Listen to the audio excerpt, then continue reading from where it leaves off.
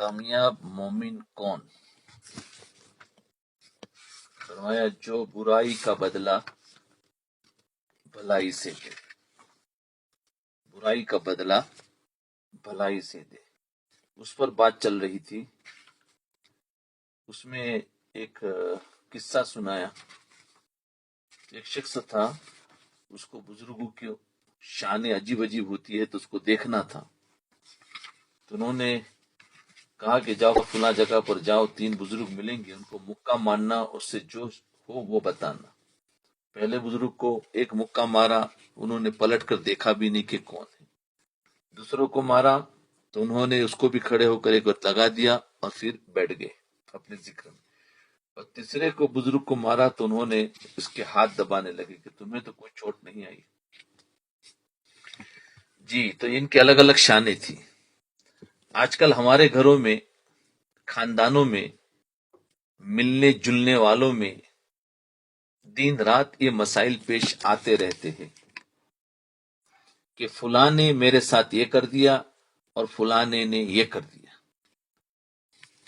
فلانے نے میرے ساتھ یہ کر دیا اور فلانے نے یہ کر دیا، تو رات دن آتے رہتے ہیں۔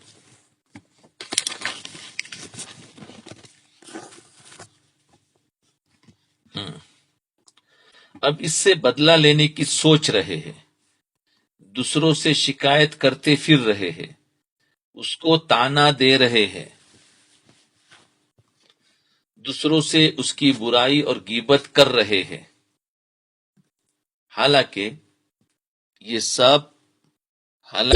سب گناہ کے کام ہیں، یہ سب گناہ کے کام ہیں۔ لیکن اگر تم معاف کر دو اور درگزر کر دو،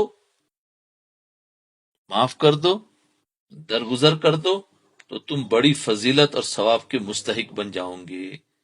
اور آج ہم کیا چکر کرتے ہیں کہ بھئی کس طریقے سے اس کا بدلہ لے، کس کو اس کا تانا دے، کس کو شکایت کرے۔ شریعت کیا کہتی ہے؟ معاف کر دو تو بڑی فضیلت اور ثواب کے مستحق بن جاؤ گے۔ قرآن شریف میں بھی اللہ تعالیٰ کا ارشاد ہے وَلَمَنْ صَبَرَ وَغَفَرَ إِنَّ ذَلِكَ لَمِنْ عَزْمِ الْأُمُورِ، کہ جس نے صبر کیا اور معاف کر دیا، بے شک یہ بڑے ہمت کے کاموں میں سے ہے، یہ بڑے ہمت کے کاموں میں سے ہے۔ اور دوسری جگہ فرمایا ادفع باللتی ہی احسن، ادفع باللتی ہی احسن فاذا الذی بینک وبینہ عداوۃ کأنہ ولی حمیم۔ جی، دوسری کی برائی کا بدلہ اچھائی سے دو، ادفع باللتی ہی احسن۔ اوپر ہے ذالک لمن عزم الامور، تو اچھائی سے دو۔ اس کا نتیجہ یہ ہوگا کہ جن کے ساتھ عداوت ہے،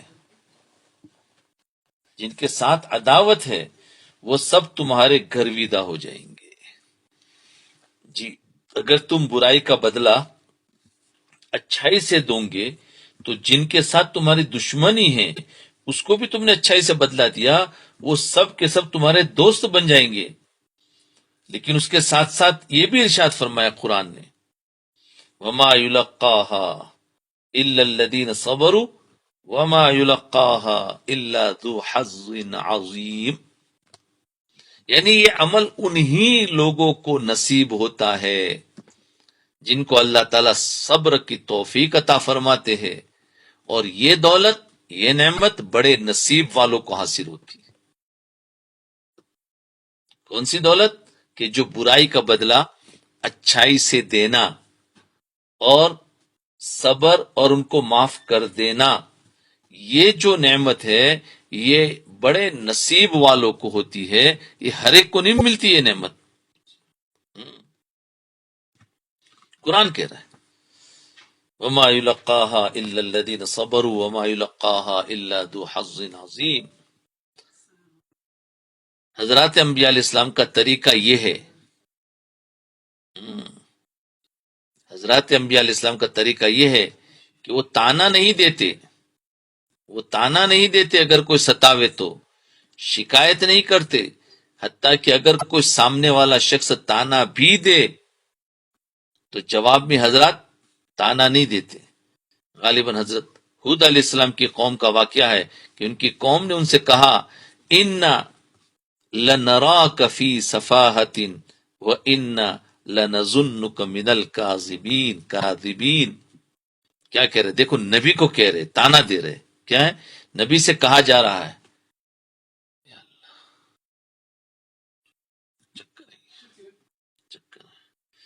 نبی سے کہا جا رہا ہے کہ ہمارا یہ خیال ہے کہ تم انتہا درجے کے بیوقوف. نبی سے کہا جا رہا ہے کہ ہمارا یہ خیال ہے کہ تم انتہا درجے کے بیوقوف ہو. کون نبی سے کہہ رہے؟ کون؟ پبلک کہہ رہی، امتی کہہ رہے. نعوذ باللہ کہ تم انتہا درجے کے بیوقوف ہو، احمق ہو، اور ہم تمہیں کاذبین میں سے سمجھتے. اب بتاؤ کیسے لگے گی؟ آج اگر ہم سے کوئی کہہ دے ہم تو چلو کچھ بھی نہیں ہے، دیندار بھی نہیں ہے، اور کوئی آ کر کہ تم جھوٹے ہو اور تم بیوقوف ہو، تو کیسا لگے گا ہمیں؟ اللہ اکبر. ہاں، اور وہ نبی ہے اور نبی کو کہا جا رہا ہے، اور آج باطل والے ہم کو کہتے ہی ہے. تو دیکھو تم جھوٹے معلوم ہوتے ہو.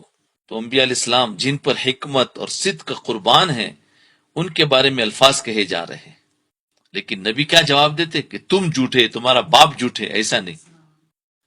لیکن دوسری طرف جواب میں پیغمبر فرماتے ہیں، کیا پیار سے فرماتے، یا قومی لیس بسفاہۃ ولکنی رسول من رب العالمین. وہ کہہ رہے تم بیوقوف ہو. نبی کیا کہہ رہے؟ اے میری قوم، اے میری قوم، میں بیوقوف نہیں ہوں بلکہ میں اللہ رب العزت کی طرف سے ایک پیغام لے کر آیا.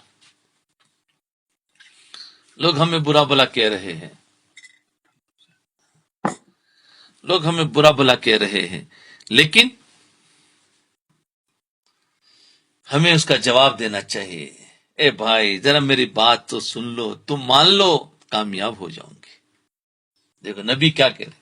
ایک اور پیغمبر سے کہا جا رہا ہے انا لنراک فی ضلال مبین.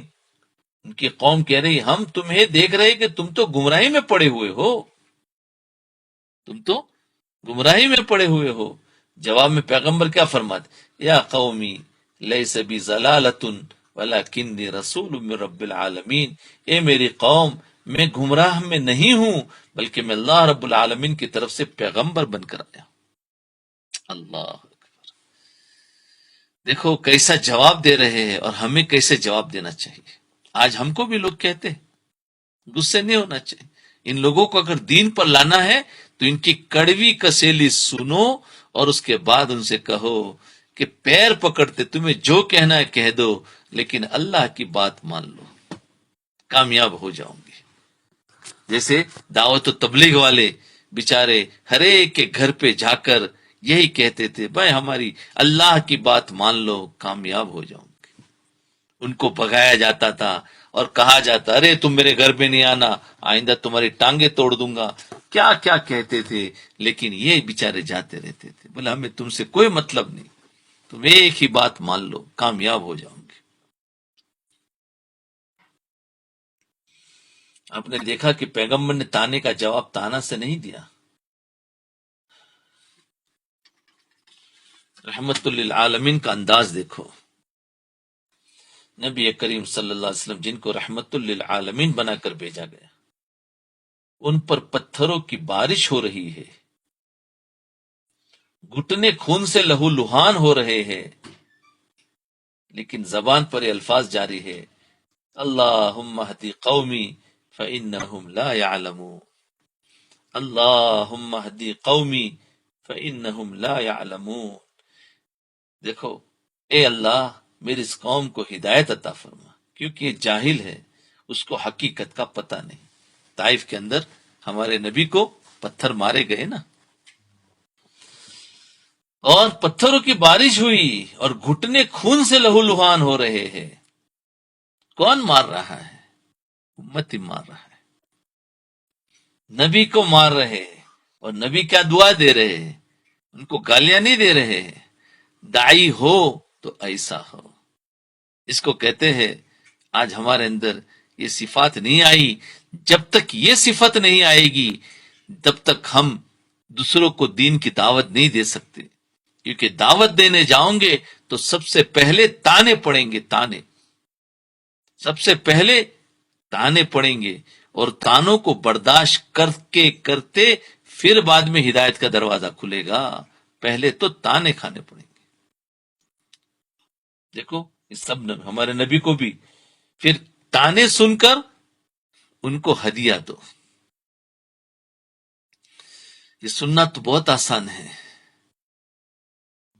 لیکن عمل کرنا بہت مشکل کا. اے اللہ میری قوم کو ہدایت عطا فرما، کیونکہ جاہل ہے، اس کو حقیقت کا پتہ نہیں، اس وجہ سے میرے ساتھ یہ سلوک کر رہی ہے. انبیاء علیہ الصلوۃ والسلام کبھی کسی برائی کا بدلہ برائی سے نہیں دیتے، گالی کا بدلہ گالی سے نہیں دیتے. وہ اہل مکہ جنہوں نے مکہ میں رہنے والے صحابہ کرام کی زندگی، وہ اہل مکہ جنہوں نے مکہ میں رہنے والے صحابہ کرام کی زندگی عذاب کر دی تھی، ہے کہ نہیں؟ جو مکہ میں رہتے تھے، جو صحابہ ایمان لائے مکہ کے اندر، ان کو تو کیسا قید خانہ بنا دیا تھا، پکڑ کے مارا جاتا تھا، عذاب بنا دی تھی. ان صحابہ کرام کو تپتی ہوئی ریت پر لٹایا جا رہا تھا، پتھر کی سیل ان کے سینوں پر رکھی جا رہی ہے، وزن، اور ان کا بائیکاٹ کیا جا رہا ہے، ان کا کھانا پانی بند کیا جا رہا ہے. کس بات پر؟ کوئی جرم نہیں ہے. یاد رکھنا، حق پر جمنا اس زمانے میں سب سے بڑا ہمارا جرم ہے.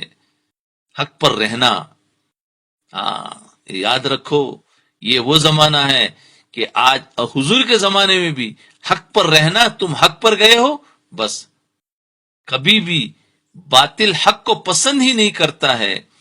اور جہاں باطل کے پاس طاقت آتی ہے تو سب سے پہلے حق والوں کو پکڑ کے بند کرتا ہے، ان کو سزا دیتا ہے، ان کو حق سے ہٹانے کی دعوت دیتا ہے. لیکن حق والے حق پر جمے رہتے ہیں. دیکھو ان کا کیا قصور تھا، دیکھیں نہیں؟ اس زمانے میں بھی یہی تھا، اس زمانے میں بھی یہی ہے کہ آج حق پہ جمنا، حق پہ رہنا مشکل ہو گیا کہ سزا کیوں دی جا رہی ہے؟ تم حق پر ہو. بس ان کا بائیکاٹ کیا جا رہا ہے، ان کا کھانا پانی بند کیا جا رہا ہے، ان کے قتل کے منصوبے بنائے جا رہے ہیں. 13 سال تک حضور اقدس صلی اللہ علیہ وسلم اور صحابہ کرام کو ظلم کی چکی میں پیسا ہے. کتنا؟ 1 سال 2 سال نہیں، یہ 2 مہینے 6 مہینے نہیں، آج تو صرف 2 4 مہینے ہی ذرا سا وہ بند ہو گیا تو ہم گویا ظلم کی چکی میں آ گئے. وہاں تو 13 سال تک کیا تھا؟ لاک ڈاؤن تھا. کتنے سال تک؟ نہ نہیں مل رہے، 13 سال تک.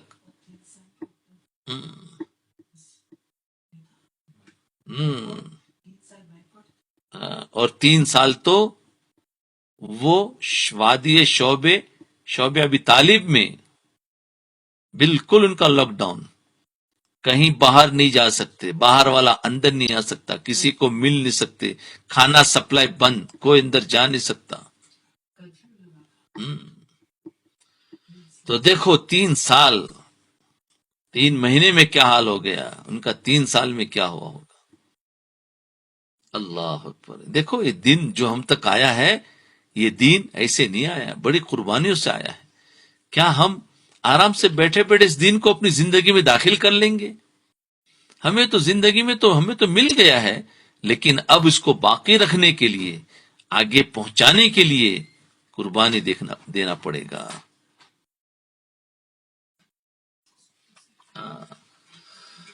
ہاں قربانی دینا پڑے گا، قربانی دینا پڑے گا، جب جا کے یہ دین آگے جائے گا. اور دے رہے، ہاں کچھ لوگ قربانیاں دے رہے، ان کی قربانی کی برکت سے آج بھی ہم دیندار ہیں.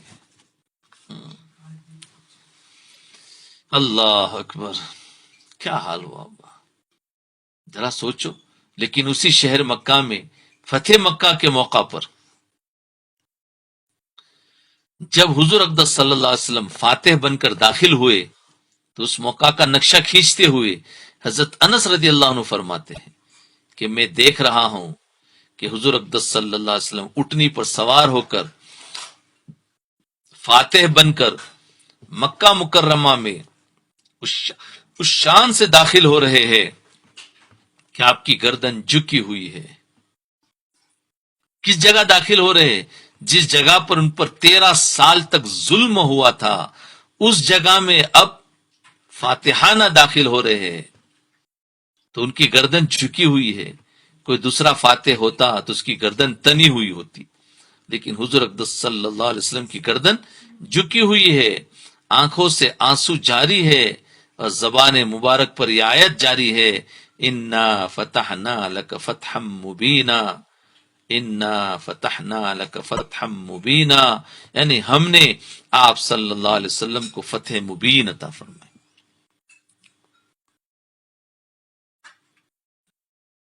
اور اس وقت آپ صلی اللہ علیہ وسلم نے بدلہ نہیں لیا، عام معافی کا اعلان کر دیا کہ جو شخص ہتھیار ڈال دے وہ مامون ہے، جو شخص اپنے گھر کا دروازہ بند کر لے اس کو بھی امن ہے، اور جو شخص حرم میں داخل ہو جائے اس کو بھی امن ہے، اور جو شخص ابو سفیان کے گھر میں داخل ہو جائے اس کو بھی امن ہے.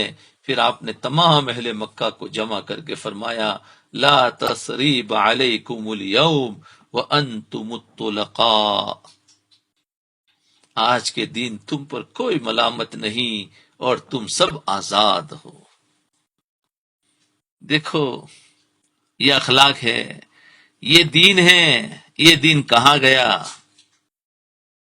یہ دن کہاں گیا؟ ہم نمازی ہے لیکن جہاں موقع آتا ہے ہم بدلہ لے لیتے ہیں. نمازی بھی کہیں بدلہ لیا کرتا ہے؟ نہیں نہیں نہیں لیا کرتا. اللہ ہمیں بھی وہ اخلاق عطا فرمائے. یہ سلوک آپ نے ان لوگوں کے ساتھ کیا جو آپ کے خون کے پیاسے تھے. جی ظالموں اپنی قسمت پہ نازا نہ ہو، دور بدلے گا یہ وقت کی بات ہے. زمانہ بدلتا ہے. دیکھو وہ لوگ جو ان کو ظلم کی میں پیس رہے تھے، جی چکی میں پیس رہے تھے، ایک تو دور وہ تھا اور اس کے بعد ایک دور کیا آ رہا ہے کہ وہ سارے کے سارے ان کے قبضے میں ہیں، جو چاہے وہ کر سکتے ہیں. وہ دور ختم ہو گیا. دنیا میں دور بدلتے ہیں. جو آج ظالم ہے وہ مظلوم ہو جاتا ہے اور جو مظلوم تھا وہ اوپر آ جاتا ہے، لیکن اس کے اخلاق اچھے ہوتے ہیں اس کو معاف کر دیا کرتا ہے. دور بدلے گا یہ وقت کی بات ہے، اس لیے صبر کے ساتھ چلتے رہو، اپنے ایمان کو سنبھالتے ہوئے چلتے رہو، کہیں ایمان ہاتھ سے نہ چلا جائے. سفر کرتے رہنا ہے، رک نہیں جانا ہے. رک گئے تو سمجھو گر گئے. سفر کرتے رہنا ہے اور ایمان کی حفاظت کرتے رہنا ہے. کہیں ایسا نہ ہو چلتے چلتے ایمان نکل جائے. بہرحال انبیاء علیہ السلام کی سنت یہ ہے کہ برائی کا جواب برائی سے مت دو. تو اب ہمیں بھی سنت لینا چاہیے کہ برائی کا جواب برائی سے مت دو. اپنا قومیت پونا چھوڑ دو، ارے نبوت پہ آ جاؤ، نبوت والے کام پر آ جاؤ. آج ہم چلتے ہیں آپس میں اپنی قوم کیا کہتی ہے، اپنی برادری کیا کہتی ہے، ہمارے اندر کیا چلتا ہے، بس ہم اس پر عمل کریں گے. نہیں، اس پر عمل نہیں کرنا ہے. ہم تو مسلمان ہیں، ہمارے نبی کیا کہتے ہیں. اگر ہم نے نبی کو چھوڑ دیا اور اگر ہم نے اپنی قوم کے رواج کے مطابق عمل کر رہے ہیں تو سمجھنا کہ میرے اندر ابھی تک دین نہیں آیا. کیوں کہ دین سب سے پہلے قومیت کو، عصبیت کو اور زبان کو مٹا دیتا ہے اور سب کو نبی کے اخلاق سے جوڑ دیتا ہے. اس کا نام دین ہے، اور اگر ہم نہیں جڑے ہیں تو ابھی تک ہم بے دین ہیں. بہرحال انبیاء علیہ السلام کی سنت یہ ہے کہ برائی کا جواب برائی سے مت دو. انبیاء کی سنت کے جواب کیا ہے؟ سنت یہ ہے کہ برائی کا جواب برائی سے مت دو، گالی کا جواب گالی سے مت دو، بلکہ اپنے مقابل کے ساتھ احسان کرو.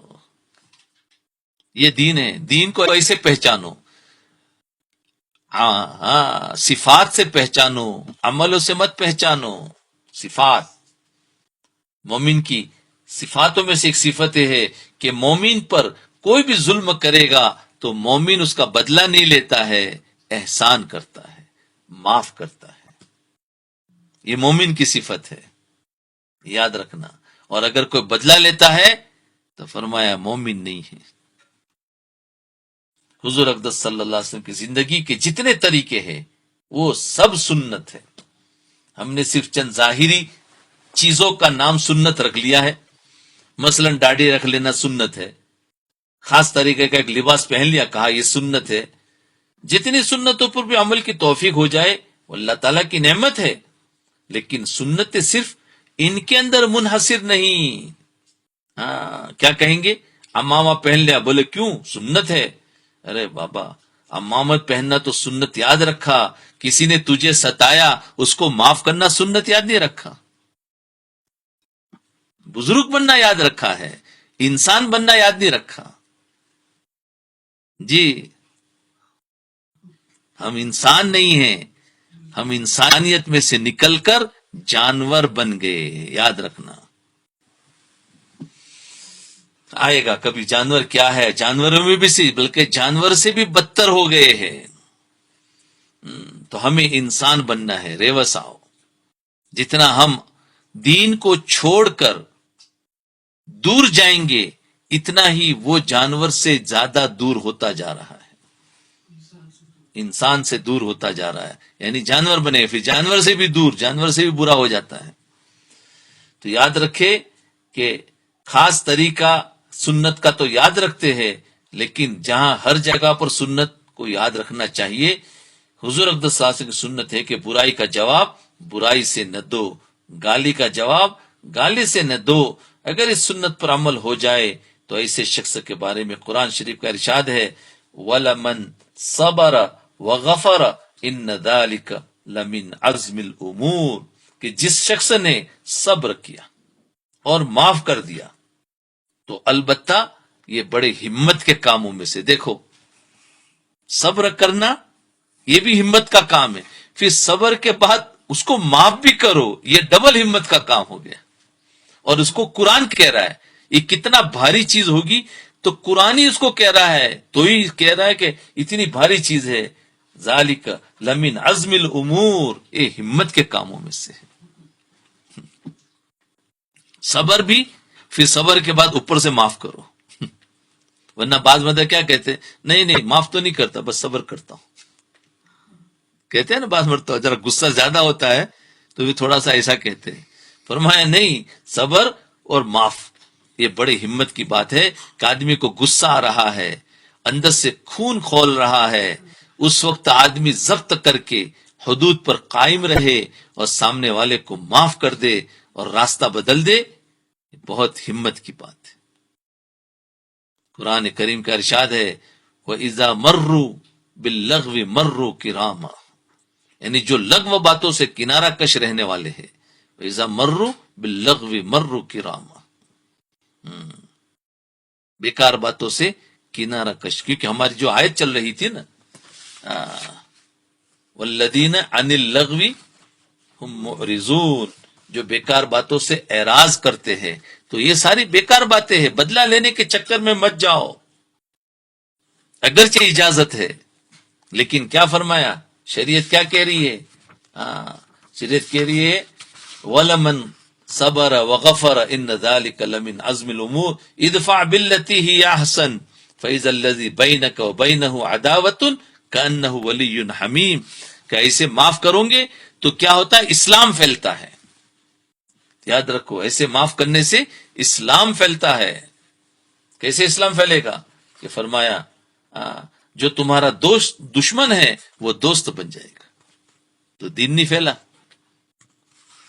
کبھی دین زبان سے دعوت دے کر پھیلتا ہے اور کبھی دین عمل سے معاف کر کے بھی پھیلتا ہے.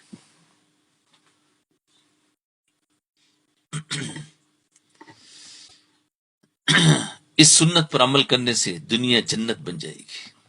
سبحان اللہ. آپ حضرت ذرا سوچے کہ اگر حضور اقدس صلی اللہ علیہ وسلم کی یہ سنت حاصل ہو جائے. کون سی سنت؟ یہ معاف کرنے والے. تو پھر دنیا میں کوئی جھگڑا باقی رہے گا بھائی؟ کچھ بھی نہیں. ساری جھگڑوں کی جڑ ہی یہی ہے کہ بدلہ لینا ہے. جاؤ، آج ساری دنیا کی جو سیاست ہے اس میں جاؤ، بدلہ ہی لینا ہے، کچھ نہیں.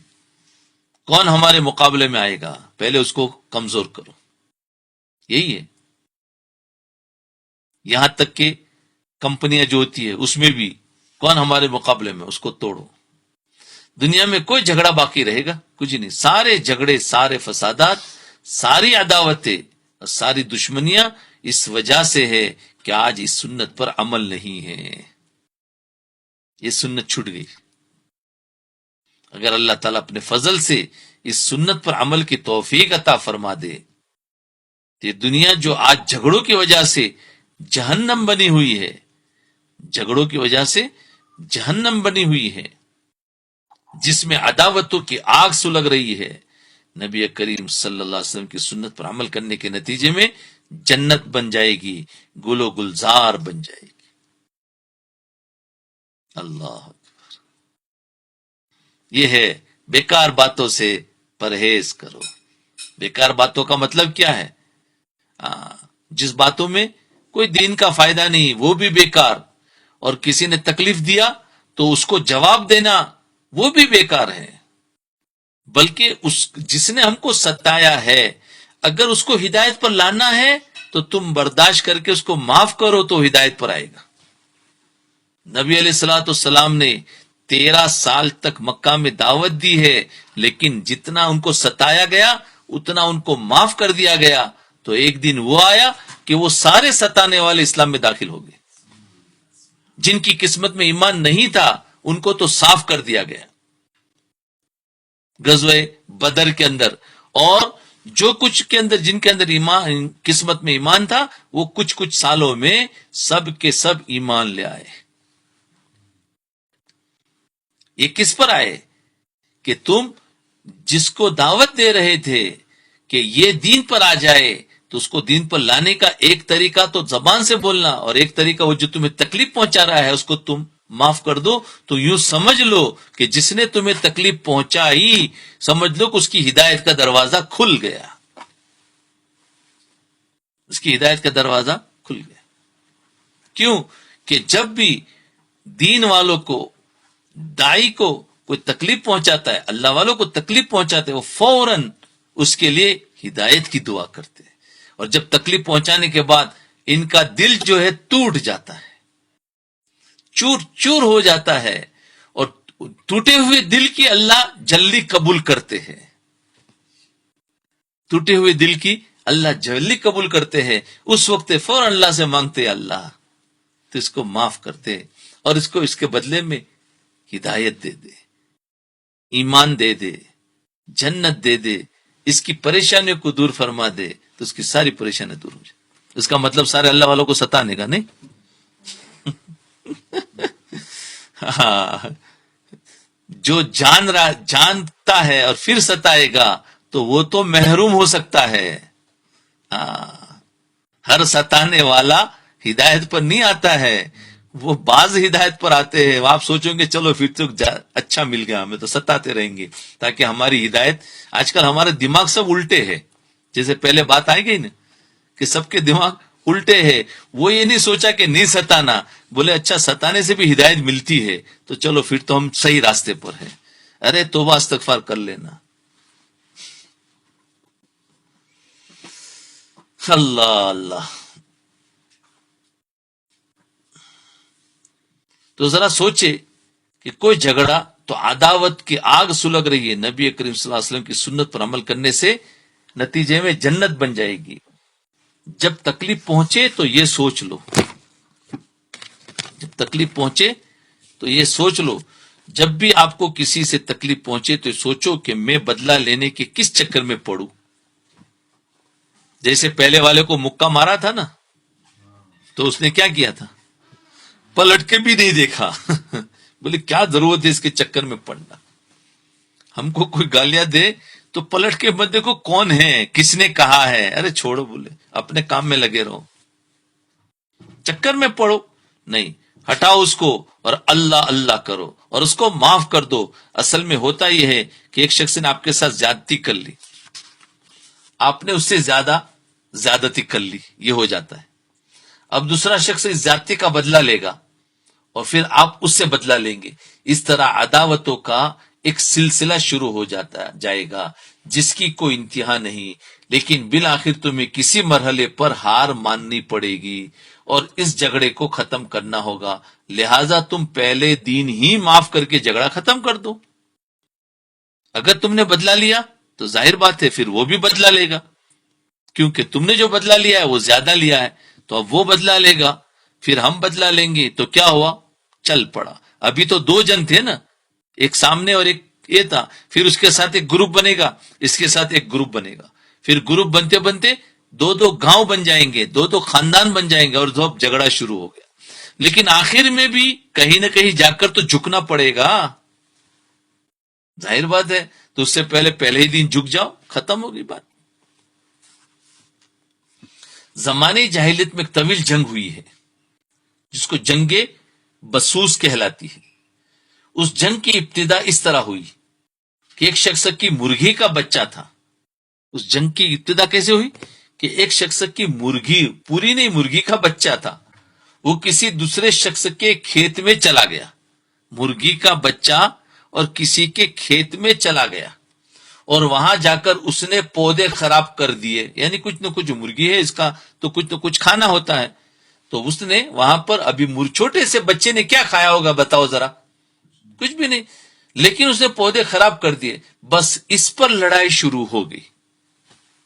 اللہ، بس اس پر لڑائی شروع ہو گئی. ان دونوں کے قبیلے اور خاندان والے آگے.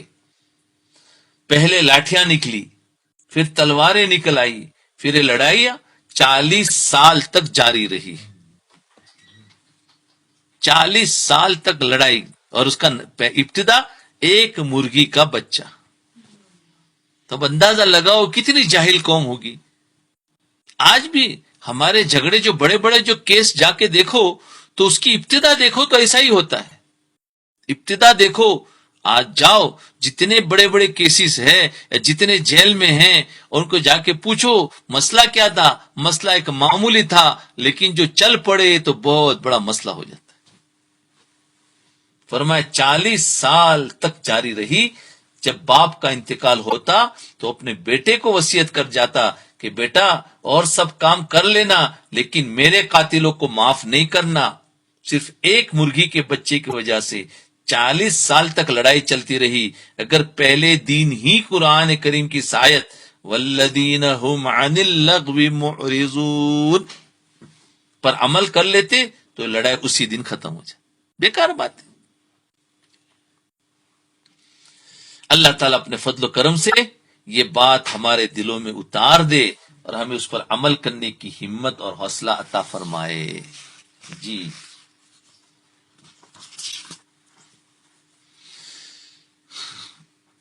تو یہ صفت جو ہے والذین هم عن اللغو معرضون، یعنی فلاح یافتہ مومن وہ ہے جو لغو سے اعراض کرتے ہیں، کنارہ کشی اختیار کرتے ہیں. اس آیت کریمہ کے دو مطلب ہو سکتے ہیں نا، یہ بتایا تھا. ایک کہ اگر کوئی شخص تمہارے ساتھ بےہودہ گفتگو کرے یا بےہودہ معاملہ کرے تو تم ترکی بدترکی اس کا جواب نہ دو. گالی کا جواب گالی سے نہ دو، بلکہ اسے کنارہ کش ہو جاؤ اور اس کو معاف کر دو. یہ اس کی تفصیل گزر چکی. دو جواب تھے نا، تو ایک جواب گزر چکا. اس آیت کا ایک مطلب تو گزر چکا. کیا ایک مطلب؟ کہ اگر کوئی تمہارے ساتھ بےہودہ گفتگو کرتا ہے یا معاملہ کرتا ہے، اس پر سارے قصے آ گئی، ساری تفصیلی بات آ گئی کہ اس کو معاف کر دو. اب اس آیت کا دوسرا مطلب سمجھو. اس آیت کریمہ کا دوسرا مطلب یہ ہے کہ فلاح یافتہ مومن وہ ہے جو فضول کاموں سے بچتے ہیں. کیا ہے؟ جو فضول کاموں سے بچتے ہیں. یہ کیا کر رہے؟ یہ پہلے والے میں کیا تھا کہ بےہودہ گفتگو یا بےہودہ معاملہ کوئی ان کے ساتھ کرے، جیسے کسی نے ان کو برا بلا کہا یا کسی نے کچھ مارا، جیسے وہ قصوں میں گیا، تو اس کو اعراض کرتے، اس کو معاف کر دیتے. اور ابھی کیا ہے کہ کسی نے کچھ نہیں کہا لیکن وہ اپنے کاموں کو یعنی اپنے وقتوں کو بیکار گزارتے نہیں ہیں، کہ جو فضول کاموں سے بچتے ہیں. سمجھو جا دوسرا مطلب کیا ہے کہ وہ مومن کامیاب ہے جو فضول کاموں سے بچتے ہیں، یعنی ایسے کاموں سے بچتے ہیں جس میں نہ دنیا کا کوئی فائدہ ہے اور نہ آخرت کا کوئی فائدہ ہے. لغو کے معنی ہے وہ کام جس کا کوئی فائدہ نہیں، یعنی آخرت کا بھی نہ دنیا کا بھی نہیں. ایک آدمی دنیا کا کام، دکان پہ جاتا ہے، وہاں بزنس میں مشغول ہوتا ہے، وہ لغو نہیں ہے کیونکہ اس سے فائدہ ہو رہا ہے نا. لغو اس کو کہتے ہیں جہاں کچھ بھی نہیں، صبح سے شام تک گھوم رہا ہے اور شام کو کچھ پیسہ بھی نہیں کما رہا، بیکار وقت ضائع کر کے آ گیا، اس کو کہتے ہیں لغو. تو لغو میں نہ دنیا کا فائدہ نہ دین کا فائدہ، بیکار گھومتا رہا اور ادھر ادھر کی اسٹوریاں مارتا رہا، سیاست کی باتیں کرتا رہا، اس کو اتارو اس کو چڑھاؤ، سارا گھنٹوں اس میں برباد کر دیا. اس کو کہتے ہیں لغو باتیں، یعنی اپنی ذات سے اس کا تعلق ہے.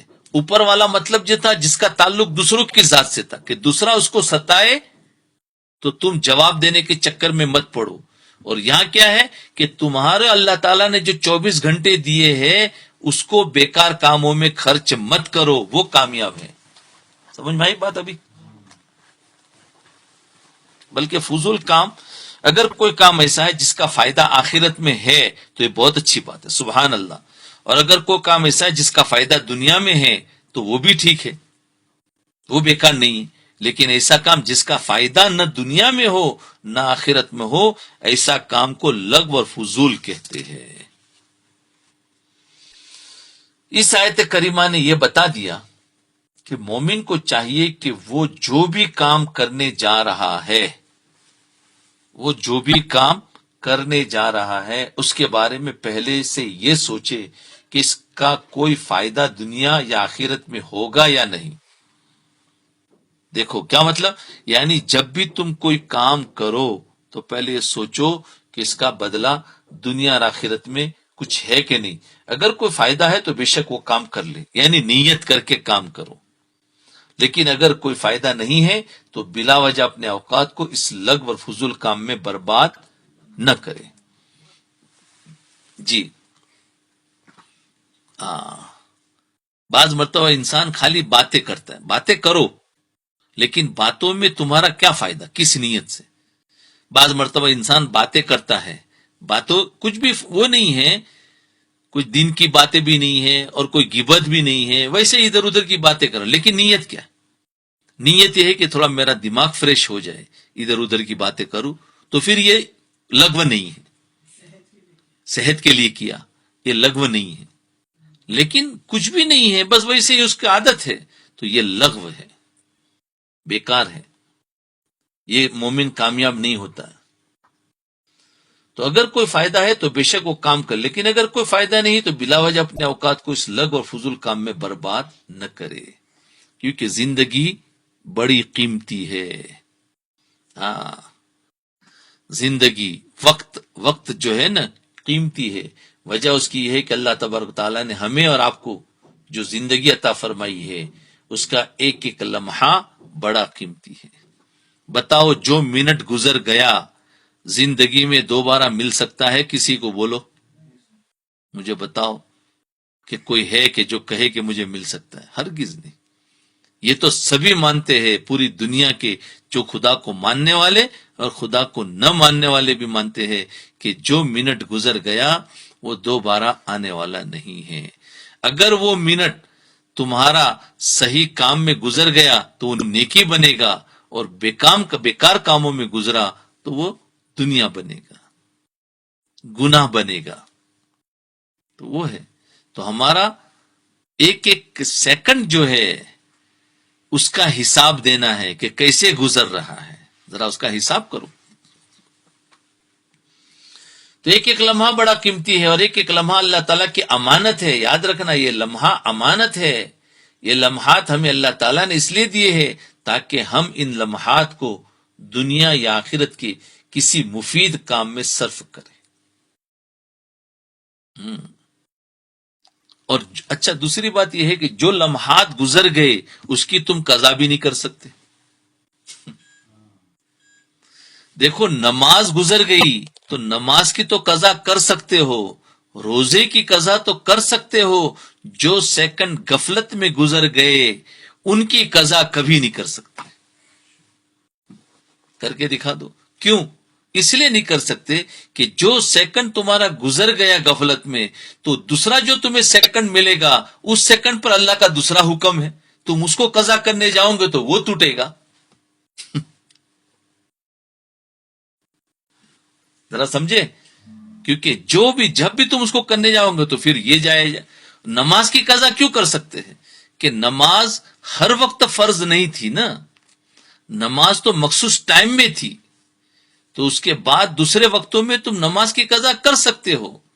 لیکن جو ہر سیکنڈ تھا اس سیکنڈ میں بھی اللہ کا حکم تھا. وہ حکم جو ٹوٹ گیا ہے تو دوسرے سیکنڈ میں دوسرا حکم ہے، تیسرے سیکنڈ میں تیسرا حکم ہے، تو تم اس کی قضا ہی نہیں کر سکتے. موت تک ایسا ہی ہے. اس لیے یاد رکھے، زندگی کو غنیمت سمجھ لے. جی، موت سے پہلے پہلے کر لے ورنہ افسوس کرے گا. اسی لیے تو کل قیامت کے دن جنتی جنت میں جانے کے بعد اس کو بجوز اس گھڑی کے کوئی قلق اور افسوس نہیں ہوگا. حالانکہ جنت میں ہے، اس کو جنت میں جانے کے بعد بھی اس گھڑیوں کا افسوس ہوگا، کاش میں اپنے ان وقت کو بھی جو غفلت اور فضول باتوں میں گزار دیا، اگر اس میں بھی سبحان اللہ اور اللہ کا دین کا اور ذکر کر لیتا تو آج مجھے اور زیادہ بلند درجات ملتے.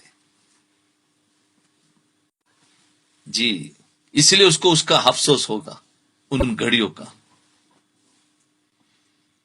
کہ اس سے ایک ایک منٹ پر کیا کیا مل رہا تھا، ایک ایک سیکنڈ پر کیا کیا مل رہا تھا. ہمیں اس کی کوئی قدر نہیں ہے. ہم تو جھگڑوں میں پڑے ہوئے ہیں، اور اس جھگڑوں میں پھر اس پہ پلاننگ بنا رہے ہیں، اور پلاننگ میں سارا فضول وقت جا رہا ہے. بھائی ایک نے مجھے ستایا تو اب مجھے کیسے ستانا ہے، تو دو کو بات کر رہے ہیں، کہیں غیبتیں کر رہے، کہیں میٹنگیں کر رہے، کہیں دماغ دوہرا رہے، کہیں رات میں سو نہیں رہے. یہ سب کیا ہو رہا ہے؟ یہ سب فضول ہو رہا ہے. ارے ہوا کہ نہیں ہوا فضول؟ اب اس میں دوسرا اللہ کا کام تھا، اللہ نے کام دیا تھا، تم نے وہ سارے کے سارے، اور ایسے ایک دن نہیں، ایسے ہفتوں اور مہینوں لگا دیے ہیں کہ کس چکروں میں، تو سب ضائع ہو گئے. خالی نماز کے وقت میں نماز پڑھ لیا اس کا مطلب تھوڑی ہے کہ ہم دیندار بن گئے. ارے دوسرے وقتوں میں تم نے ضائع کر دیا تو اس کا اثر ہوتا ہے ہمارے اعمالوں پر.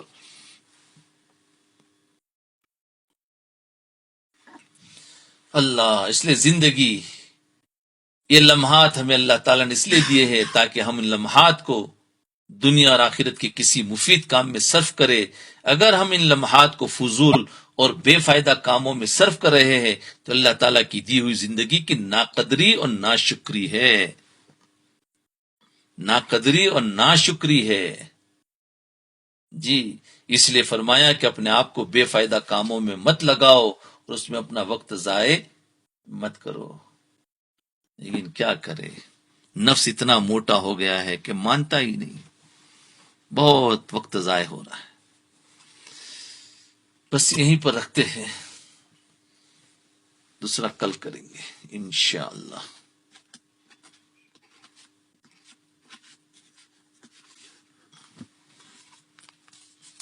تو کیا ہمارا پوائنٹ چل رہا ہے کہ بیکار باتوں سے پرہیز کرو، یہ یاد رکھو. بس اس میں سب کچھ، بیکار باتوں سے، بیکار کاموں سے، بیکار جگہ جانے سے، بیکار گھومنے سے، سارے سے سب سے پرہیز کرنا ہے. ہاں، اب بیکار کیسے ہوگا؟ غفلت سے کریں گے تو بیکار ہو جاتا ہے. نیت سے کروں گے تو باکار ہو جاتا ہے، کام کا بن جاتا ہے، دین بن جاتا ہے، ہاں تو مومن بن جائے گا، وہ کامیاب ہو جائے گا جو نیت کر کے کرے گا۔ اللہ اللہ اللہ، اللہ ہمیں کامل مومن بنا دے، وقت کی قدردانی کی توفیق عطا فرمائے، اور بیکار باتوں سے ہمیں بچا لے۔